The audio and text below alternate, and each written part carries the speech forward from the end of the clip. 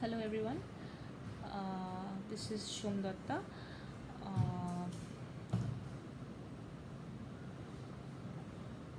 I I will try not to talk to you about what you should be doing or what you should not be doing during lockdown, uh, because that's what all of media is talking about, quite literally.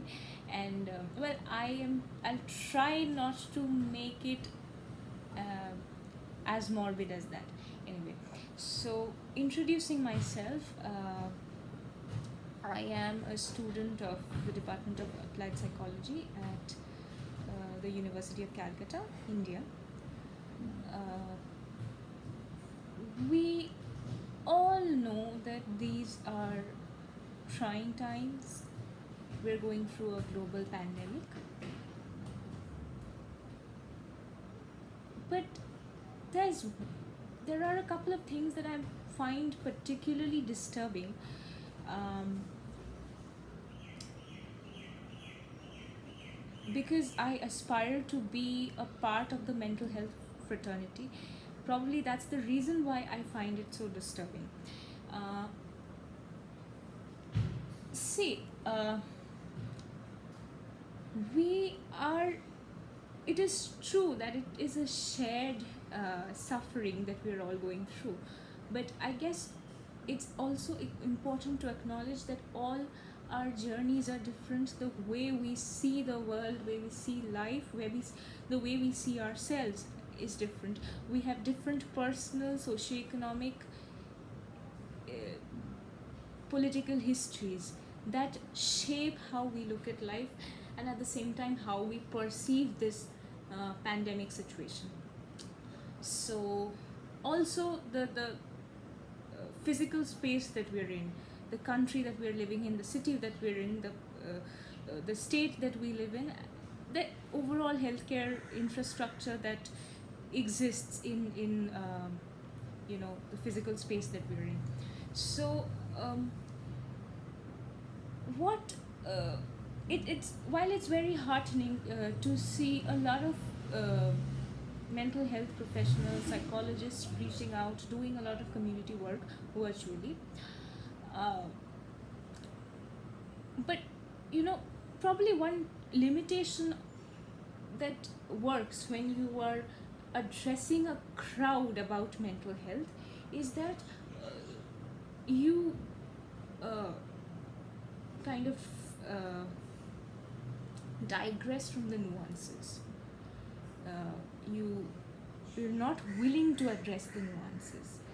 Um, it is important. I've seen a um, lot of people, professionals, with all their good intentions, of course, saying that it's very. We are going through a pandemic. There's a lot of human suffering around us, so it's very natural to feel anxious, very natural to feel depressed. But well, as somebody who is anxious or somebody who is depressed and who is seeking help in whatever form, you could reach out to a mental health professional yourself, or you might just surf through Facebook or YouTube looking for tips about well-being. um, when, as a person with depression, a person with anxiety, you are looking at professionals telling you things like it's natural to feel depressed and anxious at this time, how you can like how people tend to interpret it is that, I mean, it could be interpreted as dismissive of individual suffering. It could appear that we are becoming immune to individual suffering. So it is maybe you could, I mean, it has a more positive impact if we can tell the person that, look, um, I understand that you are anxious, I understand that you're depressed, but the idea is medical science is working at breakneck speed to help us. And they'll get there very, very soon. Better times are coming for us. But what we need to do is hold on till then. Hold on to dear life till then. So, that gives them hope. And there is hope. Trust me, there is hope. I'm not saying that just to make people feel better about things. It is happening. So as a mental health professional, I also need to do my research about what's going on around the world. Number one. Number two is that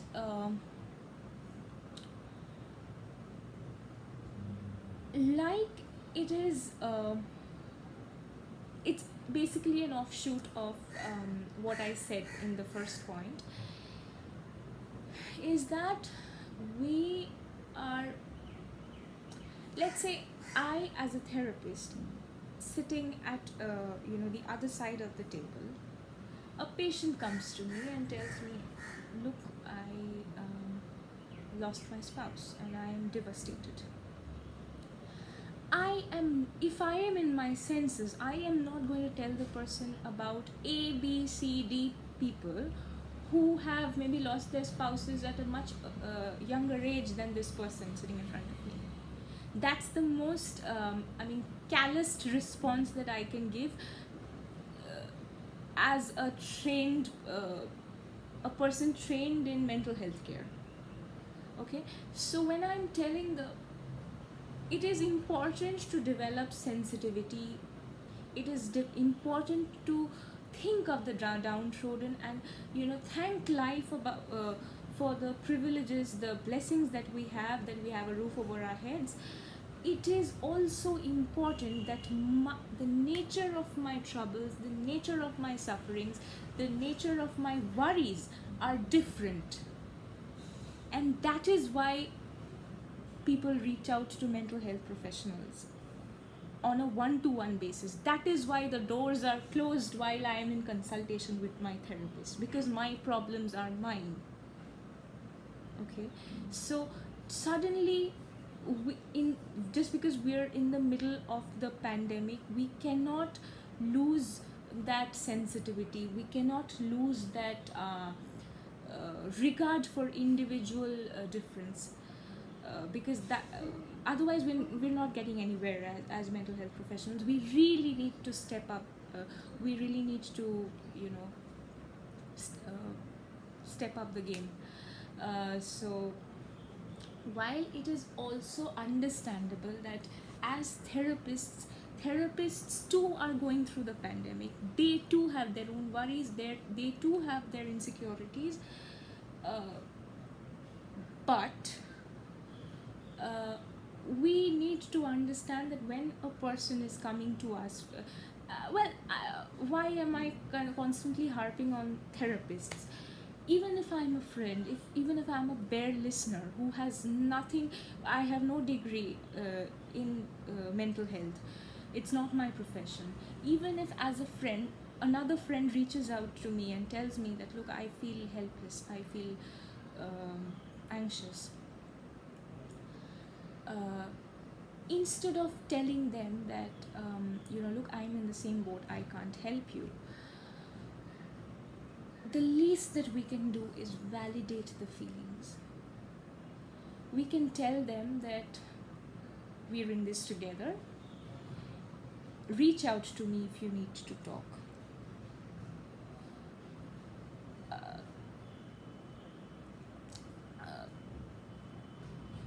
See, it's before we tell anybody anything, we need to understand that when somebody is coming to me for help, I am in all probability someone they trust.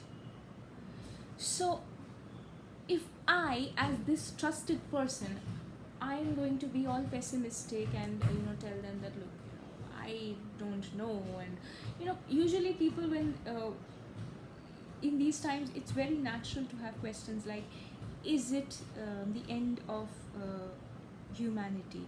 Is it, is the existence of humanity in question, or per se, am I going to die? In the face of these questions, what I can do to help this person is that I can tell them that, look, if I take my precautions, if I maintain social distancing, if I don't go out unless absolutely necessary, if I wash up when I'm home,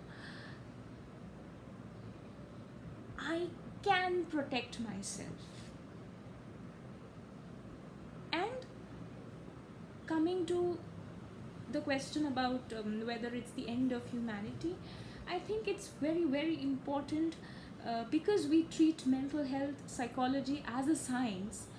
It's also important that we, as conscious human beings, have a scientific outlook to things, scientific outlook to life.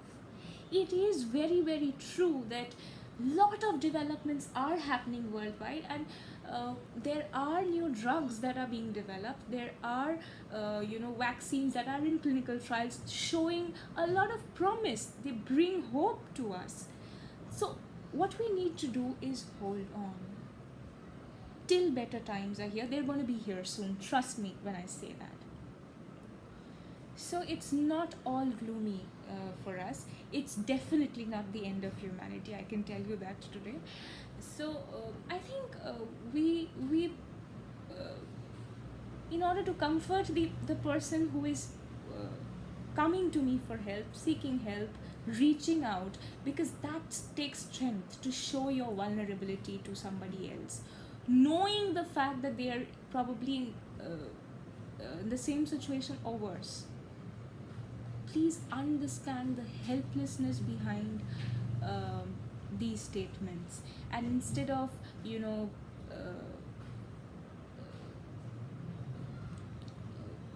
harping on your own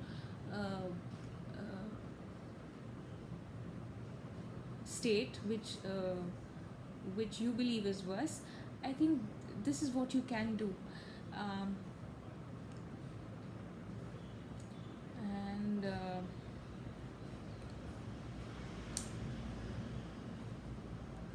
lastly, it is important to not lose heart. Trust me, it's a matter of maybe another 6 to 8 months or 12 months, a year max, and we're over it. So if we can, hold ourselves back from the immediate pleasure seeking activities, maybe going out and seeing a friend, or going to the market for non-essentials, or if we can refrain from seeking immediate pleasures, I think we are at a better chance of winning the battle. And over all of this, it's important to understand that your contribution matters. There are a lot of people who have told my friends, my family members, who've told me that, look, there are thousands of people violating lockdown, so why should I be the one who's following? So that it really doesn't make a difference. It does make a difference. It protects you. And particularly